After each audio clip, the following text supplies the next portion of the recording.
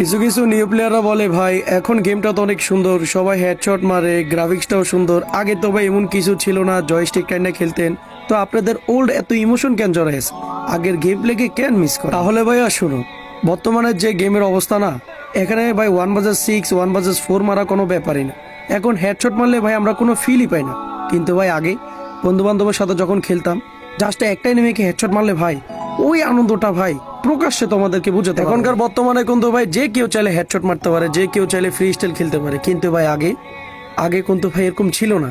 আগে কেউ যদি হেডশট মারতো তাহলে বলতো YT4 রাইস্টার, হে বন্ধু তুই তো হেডশট মারোস, বেটা কেমনে হেডশট মারোস আমার একটু দেখাবি। মাঝে সময় এগুলা মনে পড়লে ভাই নিজের মনে মানানো যায় না যে আমাদের গেমটা দিন দিনে এত পরিবর্তন হবে।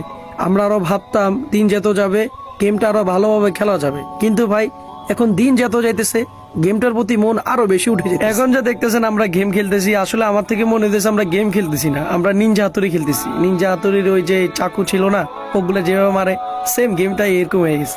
হ্যাঁ জানি কিছুদিন পরে চলে যাবে, কিন্তু ভাই আগে ভাই এগুলা ছিল না।